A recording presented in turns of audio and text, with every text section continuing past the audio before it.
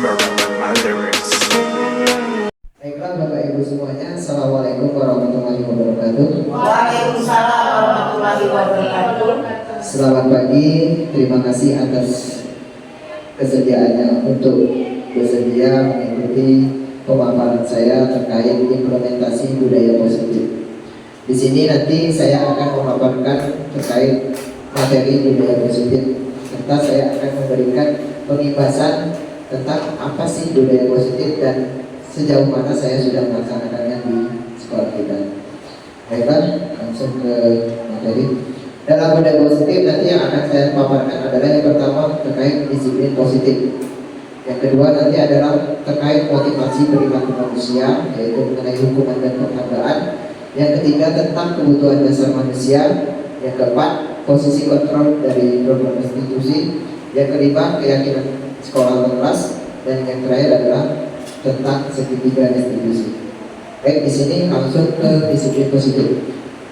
Sebelum saya lanjut ke materi, nanti mohon Bapak Ibu bersedia untuk memberikan pertanyaan-pertanyaan yang membangun, supaya kalau memang ada materi yang belum jelas tersampaikan dari saya, dipersilakan untuk ditanyakan atau memberikan kritik saran di media sosial.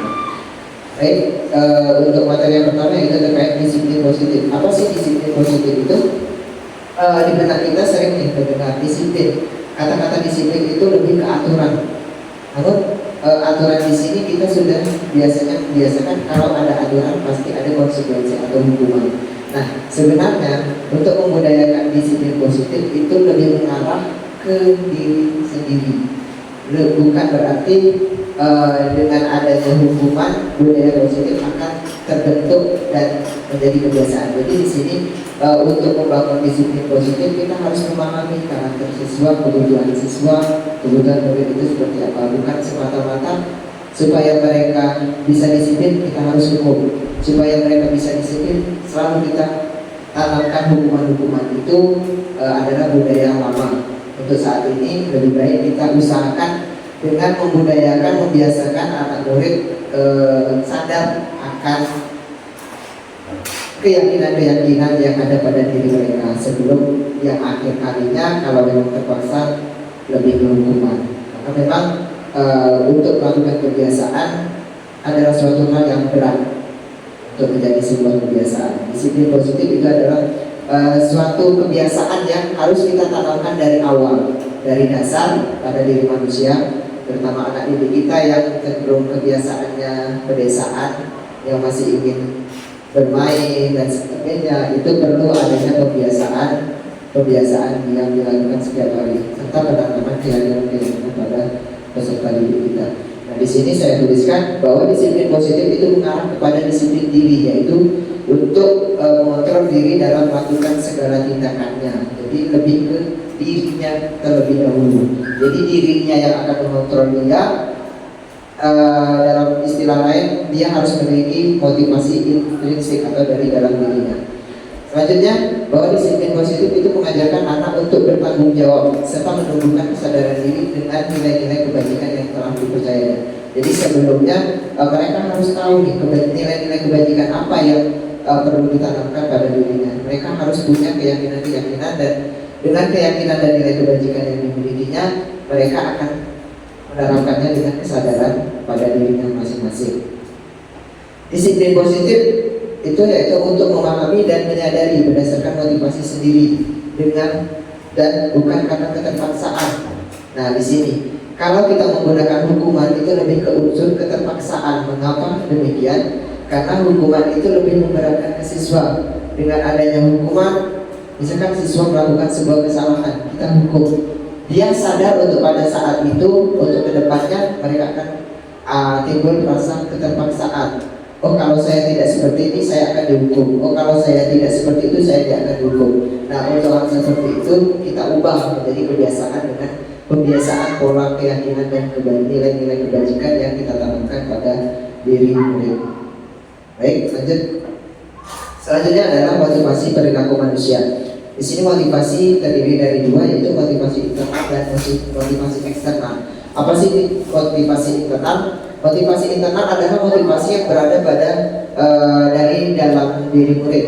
Nah, atau dari dasar hati murid. Apa sih yang berisi dari keyakinan? Keyakinan sendiri seperti kita yakin nih kalau api itu panas. Kalau kita sudah yakin kalau api itu panas, kita tidak akan memegang api tersebut. Sama halnya ke murid. Kalau mereka sudah yakin kalau sampah berserakan itu akan menyebabkan penyakit misalkan, mereka tidak akan membuang sampah sembarangan. Jadi seperti itu cara membentuk keyakinan nantinya. Nah, itu adalah salah satu contoh dari motivasi internal yang harus diwujudkan pada diri murid. Selanjutnya nilai kebajikan. Nilai kebajikan adalah nilai-nilai yang tertanam dari keyakinan-keyakinan yang terbentuk. Contoh, kalau membuang sampah sembarangan, nilai kebajikan yang tertanam apa? Mungkin kesehatan, nilai kesehatan. Kalau sampahnya dibuang pada tempatnya, bakteri-bakteri tidak akan menyebar, otomatis siswa atau murid akan sehat. Itu nilai kebajikan, salah satu contoh. Kesadaran di sini adalah pembentukan kesadaran pada diri murid itu lebih penting dari segalanya. Mengapa? Jika murid sudah sadar akan kebersihan, akan kedisiplinan, akan sikap positif, otomatis dalam kebiasaan-kebiasaan lain yang kita akan lebih mudah mengarahkannya daripada kita lebih ke penekanan, keterpaksaan atau pemberian motivasi yang lain seperti penghargaan. Itu lebih kurang memaknai, maksud saya kurang memaknai. Kalau diberi hukuman hanya sesaat itu. Kalau diberi penghargaan misalkan, oh nak, kalau kamu membuang sampahnya tidak sembarangan, saya beri uang 2.000. Besok pagi mereka akan mengharapkan, oh kalau saya ingin uang 2.000, saya tidak akan buang sembarangan. Atau nak, kalau kamu belajar dengan rajin, Bapak akan berikan kamu misalkan hadiah. Terus mereka akan belajar dengan rajin, dengan harapan dia akan mendapat hadiah. Jadi yang perlu kita tanamkan untuk saat ini adalah bagaimana kita membentuk keyakinan dan nilai kebajikan serta kesadaran pada murid, bukan karena keterpaksaan atau harapan-harapan lain yang diharapkan siswa seperti penghargaan yang akan kita berikan. Jadi kembali lagi ke motivasi internal, tadi ada keyakinan, nilai kebajikan dan kesadaran itu perlu kita tanamkan ke diri murid. Hatinya, jiwanya harus memiliki nilai-nilai tersebut. Nah, lanjut, motivasi yang kedua adalah motivasi eksternal. Apa sih eksternal? Eksternal itu berasal dari luar atau lingkungan di luar murid. Itu di sana saya tuliskan yang pertama hukuman. Mereka akan termotivasi dengan hukuman. Tetapi hukuman ini adalah alternatif terakhir yang bisa kita gunakan jika motivasi internal belum bisa terbangun untuk kebiasaan. Lebih baik tidak digunakan kalau kita sudah mencoba ke motivasi internal. Jadi intinya kita usahakan motivasi internal dulu terwujud ke murid, baru kalau memang sudah terpaksa dengan berat hati sebenarnya untuk menggunakan hukuman. Penghargaan juga lebih baik kita hindari, karena di sini seperti seolah-olah kita membiasakan murid dengan sebuah pengharapan. Mengapa? Mereka akan selalu berharap dan berharap. Oh, saya kalau disiplin besok pagi akan mendapat uang dari Ibu Indah, besok pagi akan mendapat ini dari Ibu Fatma. Itu akan menjadi seperti apa? Tidak akan permanen. Maksudnya kalau tidak diberi penghargaan mereka, ya sudah, aku tidak akan lagi. Ya seperti itu. Baik, itu untuk yang motivasi perilaku manusia. Saya lanjutkan ke kebutuhan dasar manusia. Kebutuhan dasar manusia di sini saya tuliskan ada 5. Yang pertama adalah kebutuhan dasar untuk bertahan hidup atau survival. Yang kedua adalah kebutuhan akan kebebasan atau freedom. Yang ketiga adalah kebutuhan atas penguasaan atau power. Yang keempat, kebutuhan dasar tentang kasih sayang dan rasa untuk diterima, love dan belonging. Yang terakhir adalah kebutuhan dasar manusia, yaitu kesenangan. Kelima kebutuhan dasar ini sangat dibutuhkan oleh manusia, bukan untuk murid saja, tetapi seluruh manusia membutuhkan tersebut. Kenapa?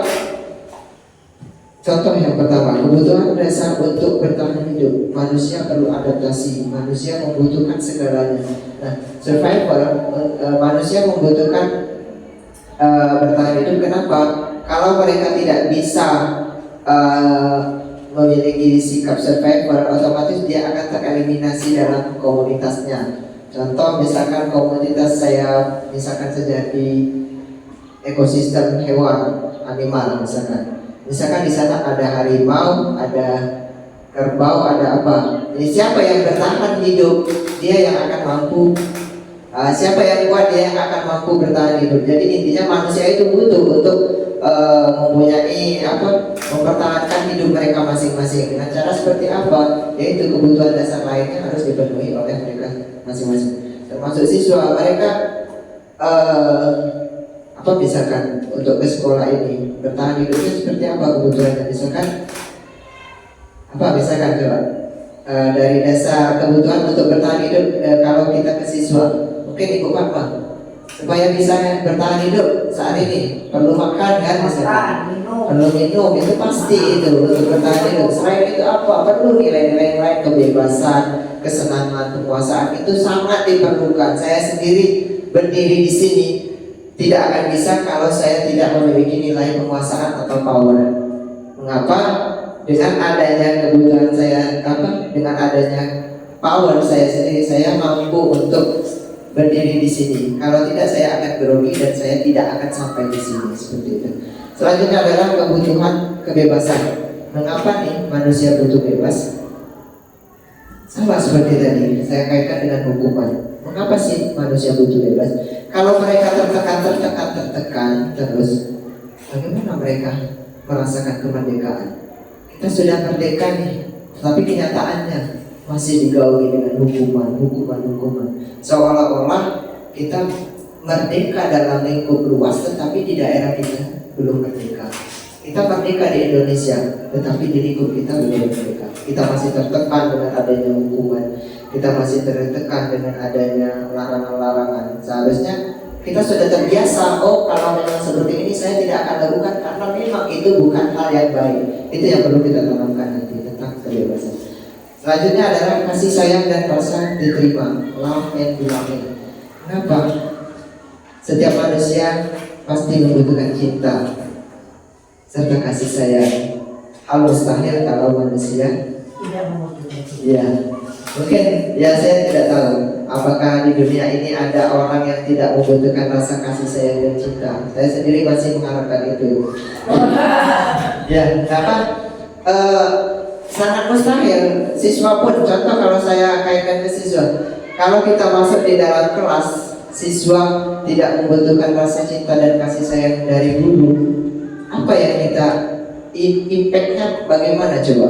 Kita masuk kelas dengan wajah muram, dengan wajah yang seram, misalkan siswa tadi belum siswa mengharapkan kasih sayang dan cintanya, tapi mereka sudah merasa takut akan apa? Melihat wajahnya saja sudah ini, bagaimana mau menerima pelajaran?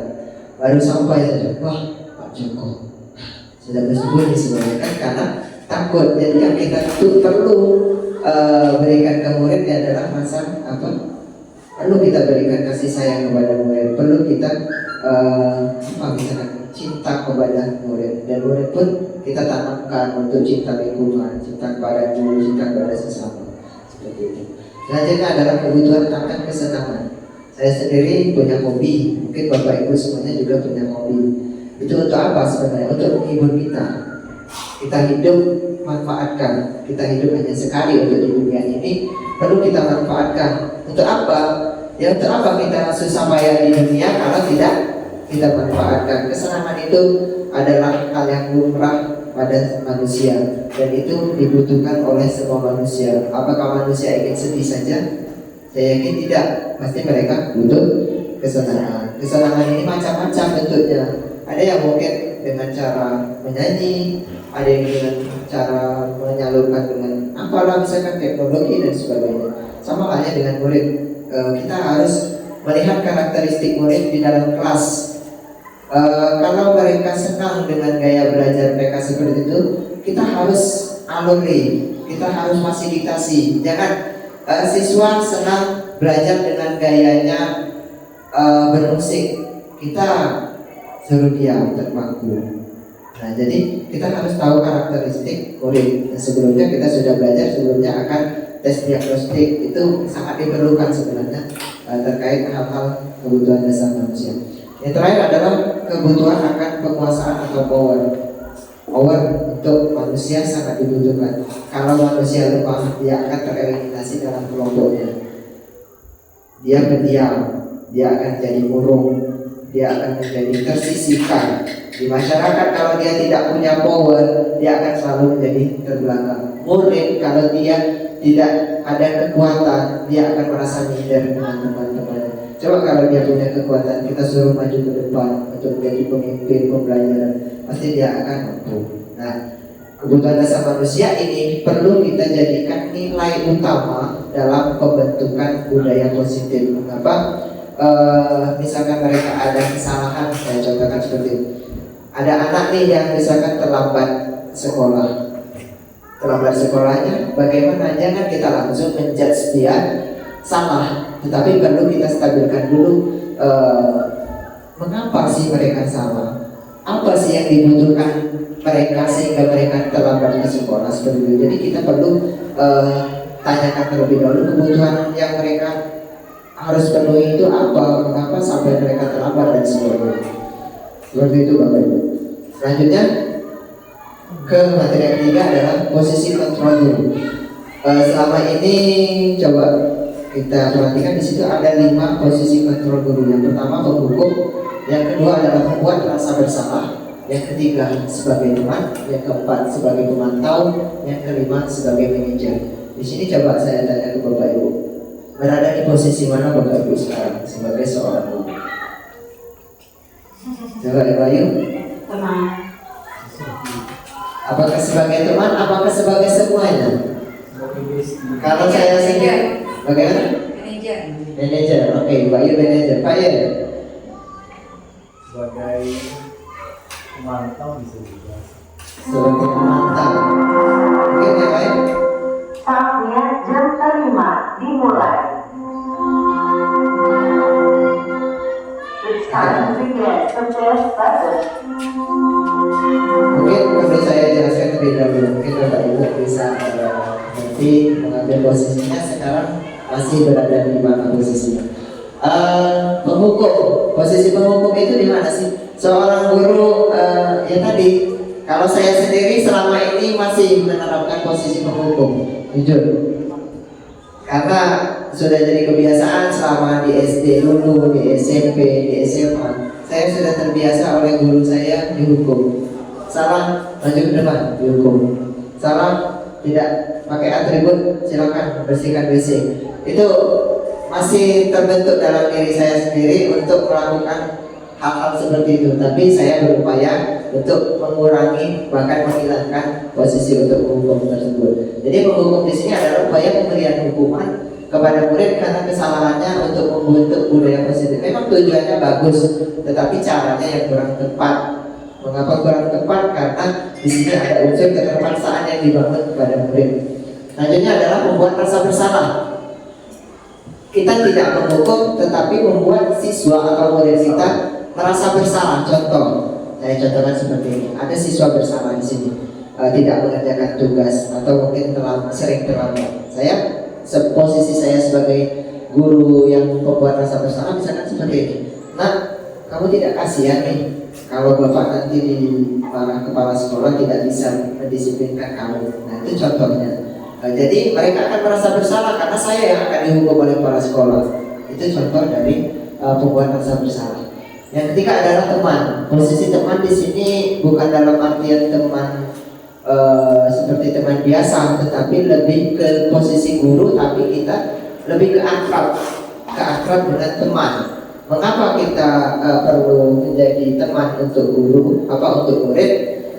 Karena murid akan lebih dekat, akan lebih mudah kita atur, akan lebih mudah kita budayakan menjadi kebiasaan, mudah kita ibaratnya kita untuk penanaman budaya positif tadi akan menjadi lebih mudah kalau kita posisikan sebagai teman.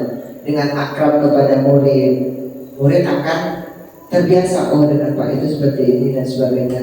Jadi posisi teman yaitu guru memposisikan murid seperti teman dengan tujuan murid dapat berbudaya positif. Paham kan di sini maksudnya Bapak Ibu? Lebih mudah karena kita akrab sebagai teman. Selanjutnya adalah posisi pemantau. Memantau dan mengingatkan murid akan peraturan yang ada agar murid melakukan budaya positif. Kita tidak melakukan apa-apa Bapak Ibu. Ini lebih tepatnya ke guru BK kalau tidak salah atau ke kesiswaan. Lebih memantau. Nah, coba lihat lagi peraturan. Kamu tahu kan peraturan kalau terlambat? Oh iya Pak, misalkan saya tahu, ya sudah. Jadi untuk lain kali jangan seperti lagi seperti itu. Itu posisi pemantau. Bukan menghukum, bukan sebagai teman, tetapi kita mengingatkan akan aturan-aturan yang sudah terbentuk, yang sudah disepakati bersama. Yang terakhir adalah posisi manajer, adalah menjadi pemimpin dalam menyelesaikan masalah murid dan membentuk kembali keyakinan pada murid untuk melakukan budaya tersebut. Tidak menghukum, tidak membuat rasa bersalah, bukan sebagai teman, bukan juga sebagai pemantau, tetapi lebih ke menyelesaikan masalah. Kalau posisi manajer itu kita sebagai pemimpin pembelajaran harus manage. Jadi apa masalahnya kita stabilkan emosinya. Kalau masih meluap-meluap murid tadi, setelah luapan emosinya reda, yang tadinya merasa gagal, kita turunkan dulu kegagalannya supaya dia menjadi murid yang sukses. Baru setelah itu tanya apa masalahnya, baru kita carikan solusi yang tepat dari permasalahan yang dialami oleh murid. Itu untuk posisi kontrol guru. Yang terakhir selanjutnya yaitu keyakinan kelas.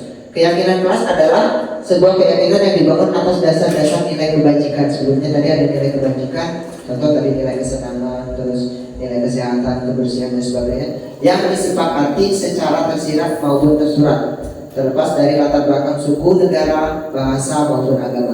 Di mana dalam keyakinan kelas atau sekolah itu berfungsi untuk membentuk kesadaran diri dari murid dalam pembentukan budaya positif. Jadi keyakinan kelas itu bukan dibentuk atas dasar guru.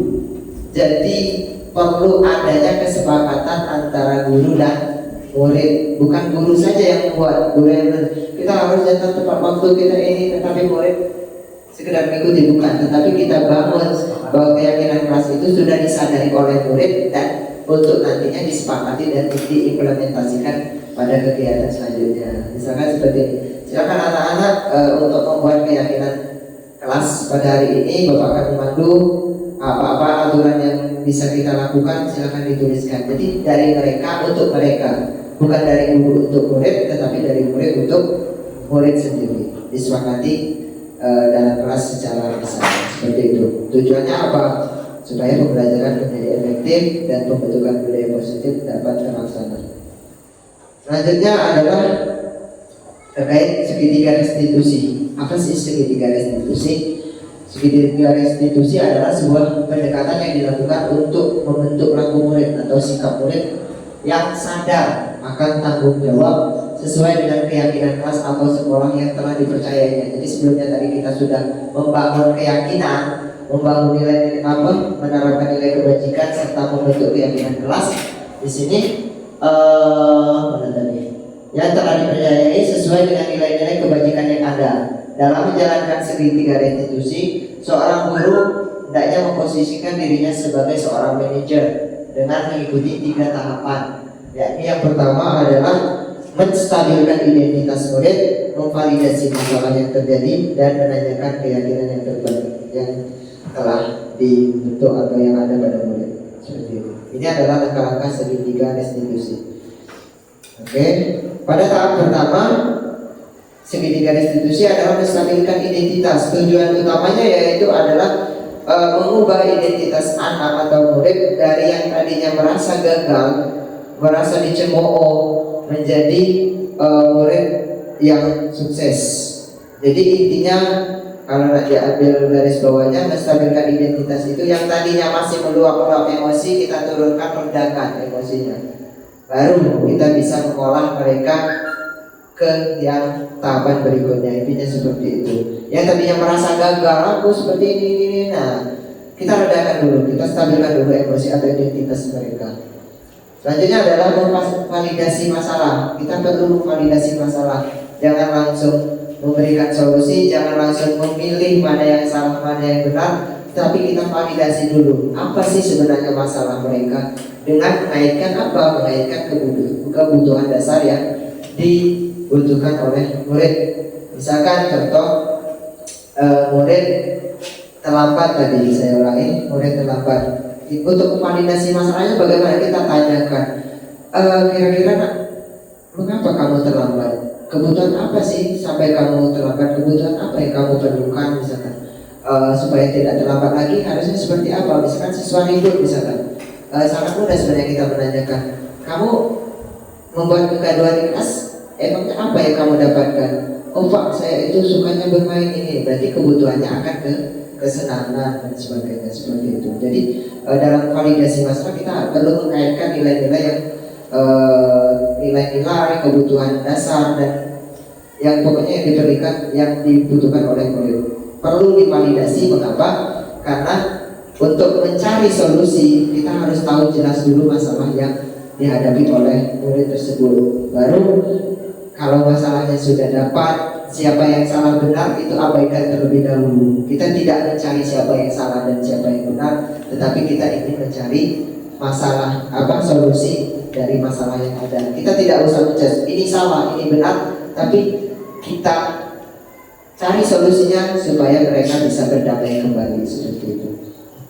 Lanjut yang terakhir adalah menanyakan keyakinan. Kenapa perlu ditanyakan keyakinan? Supaya mereka terbentuk budaya positifnya akan keyakinan-keyakinan yang sudah dibangun sebelumnya. Keyakinan apa lagi? Keyakinan yang sudah dibangun, misalkan tentang mereka yakin nih kalau buang sampah sembarangan itu tidak baik. Mereka yakin nih kalau datang terlambat itu menyalahi aturan, akan mengurangi jadwal belajar, akan mengurangi materi, ketinggalan materi. Nah itu perlu ditanyakan oleh seorang guru dalam penerapan segitiga restitusi. Pada tahap ini adalah hal yang dilakukan adalah menghubungkan nilai-nilai yang dipercaya oleh murid dan kemudian berpindah menjadi orang yang diinginkan.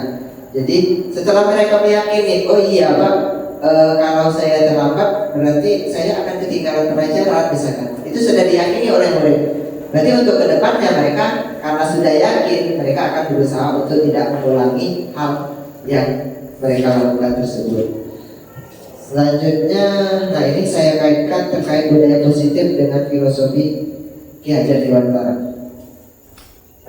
Saya ulas kembali tentang materi yang kemarin bahwa Ki Hajar Dewantara sendiri memiliki filosofi bahwa seorang guru itu bukan menuntut tetapi menuntun.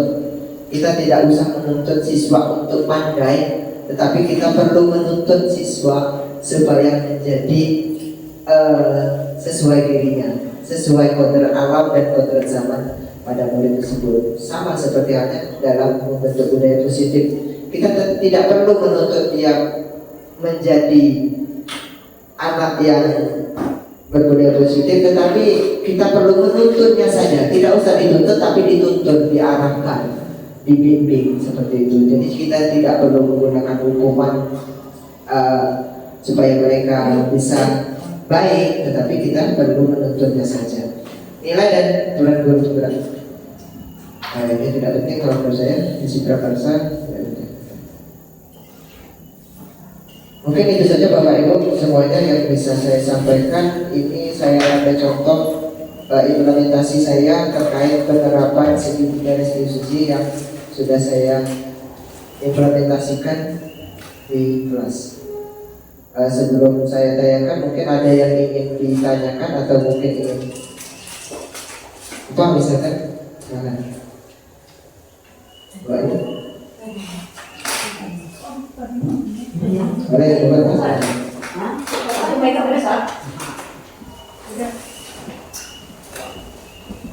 Baiklah, terima kasih atas waktunya. Materinya sungguh sangat menarik, masalah tentang budaya positif yang sudah Pak Joko jelaskan tadi. Di sini yang ingin saya tanyakan, mengapa hukuman tidak diperlukan dalam bentuk budaya positif?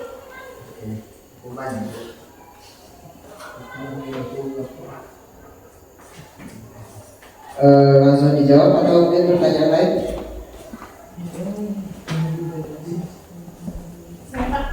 kasih. Oke, beda. Nah, pertanyaannya, kapan waktu yang tepat untuk pembuatan keyakinan kelas tersebut?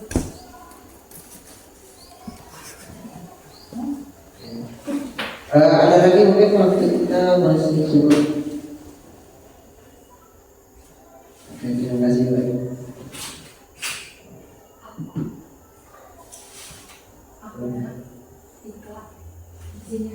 Oke, silakan Ibu Ayu. Kalau ada keperluan juga silakan. Tidak ada masalah. Oke. Aman. Ada pertanyaan lain atau saya jawab dulu pertanyaan ini?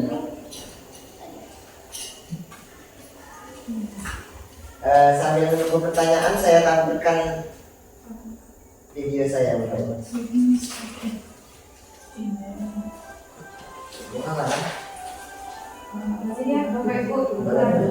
Boleh, silakan.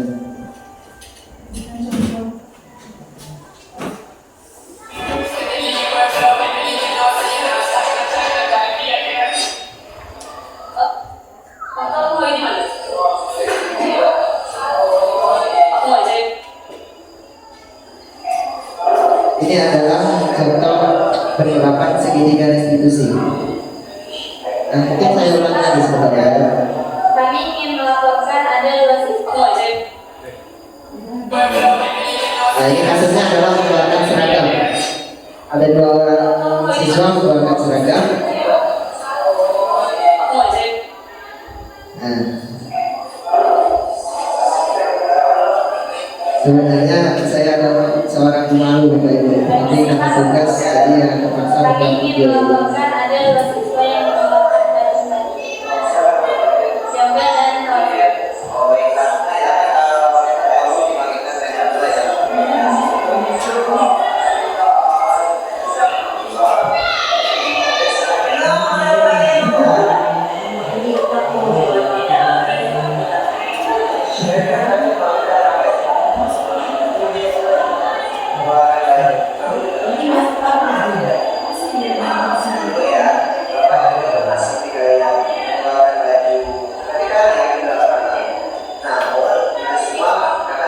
Saya sedang melihat dari saya.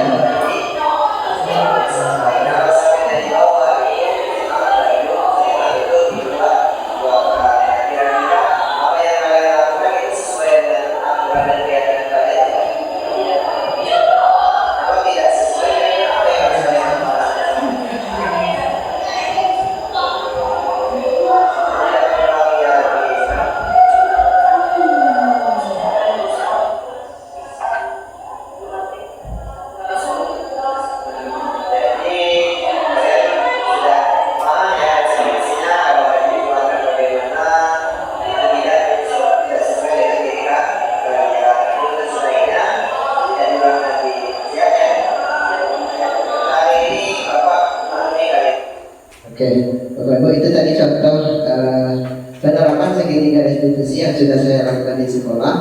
Terkait tadi adalah masalah pengeluaran seragam sekolah. Jadi hal yang pertama dilakukan adalah kita jangan langsung nggak bakal keluar bajunya, jangan seperti itu. Tapi perlu kita ya tanya dulu, stabilkan dulu, kenapa sih mereka seperti itu. Baru setelah itu ditanya alasannya apa kok mengeluarkan baju. Bisa jadi karena kelupaan, bisa jadi mungkin karena alasan-alasan lain terkait kebutuhan dasar mereka. Mungkin panas mungkin kan atau bagaimana, itu diperlukan, perlu kita tanyakan. Selanjutnya kalau kita sudah tahu alasan atau masalahnya di mana, sudah kita validasi masalahnya, baru kita carikan solusi. Carikan solusi pun bukan dari kita seharusnya, supaya mereka sadar dulu kira-kira untuk tidak mengulangi lagi seperti apa nak, apa nilai yang harus kamu yakini. Nah seperti itu kita tanyakan keyakinan kelasnya. Seperti itu Bapak Ibu. Mungkin pertanyaan yang lain silakan. Oke, silakan Ibu. Terima kasih kepada Pak Joko yang sudah memberikan kesempatan kepada saya untuk memberikan satu pertanyaan yang ingin saya tanyakan, yaitu berikan contoh kebutuhan dasar manusia dalam melakukan kebebasan.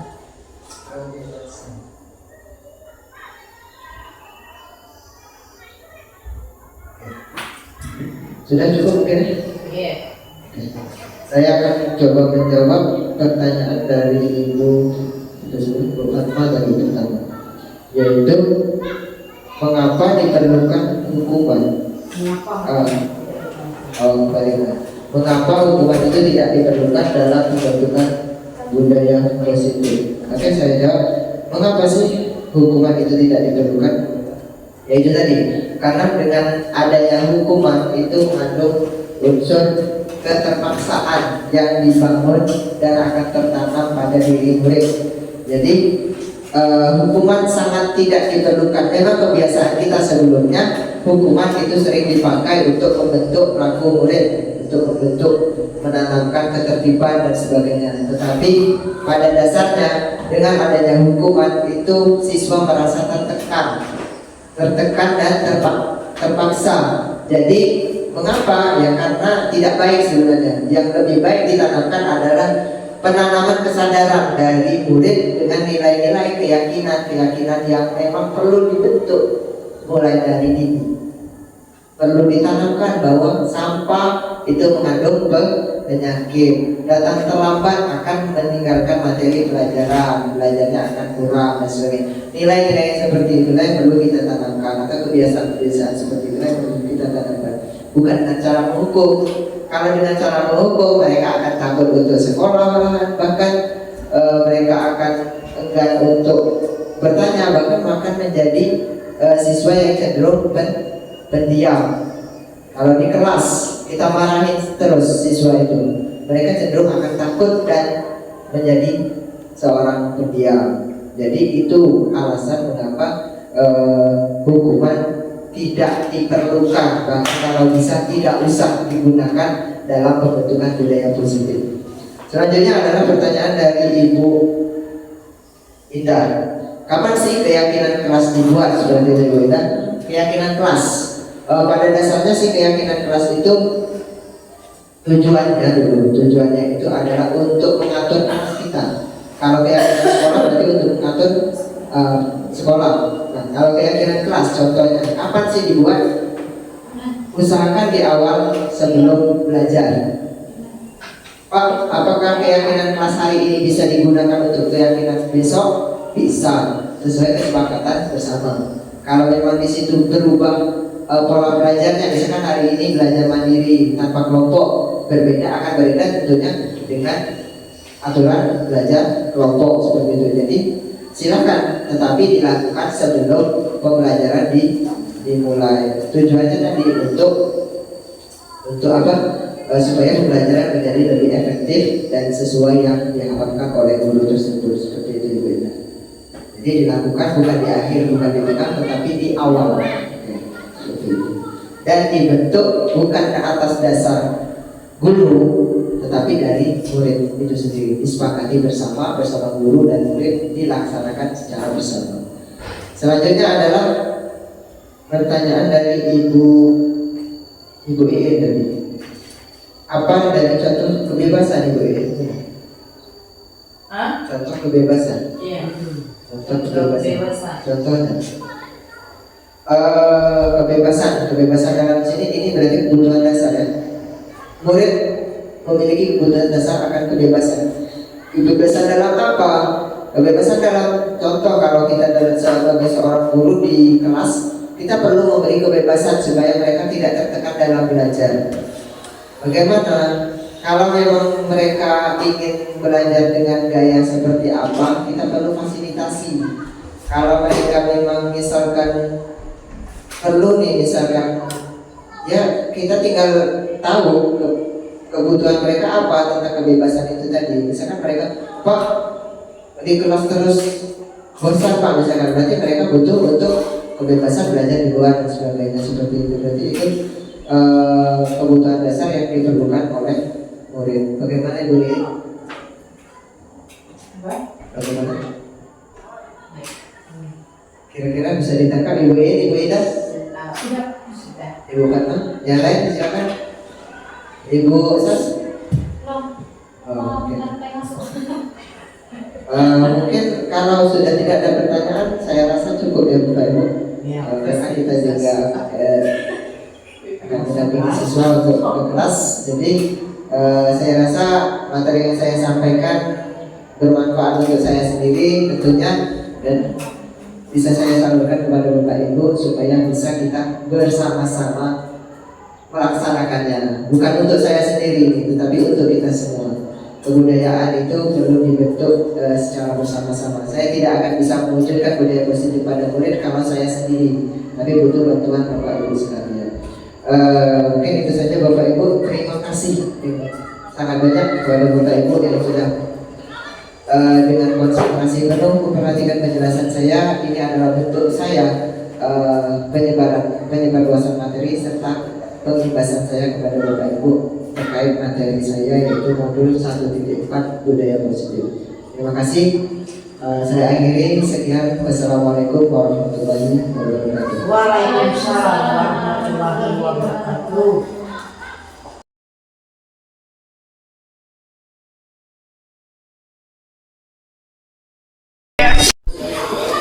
Kalau mau di mana? Oh, aku mau cari.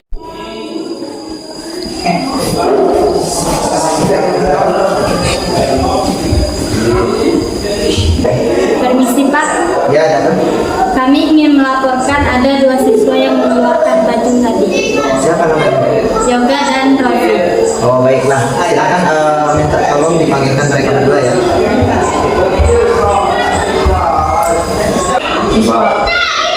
Ya, silakan.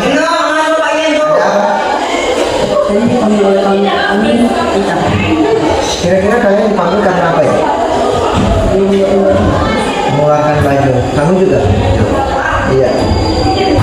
Dulu ya, Bapak juga pernah seperti kalian mengeluarkan baju. Seperti kalian juga pernah.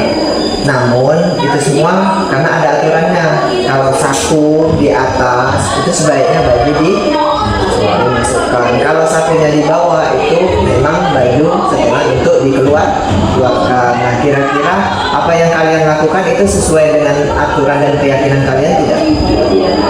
Nah, kalau tidak sesuai, kira-kira apa yang harus kalian lakukan untuk selanjutnya? Untuk tidak mengulanginya lagi. Kamu?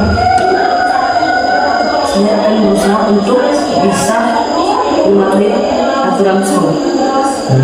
Jadi kalian sudah paham ya konsekuensinya kalau baju dikeluarkan bagaimana, itu tidak sesuai dengan diri kalian. Itu untuk sebaiknya tidak diulang lagi. Siap ya?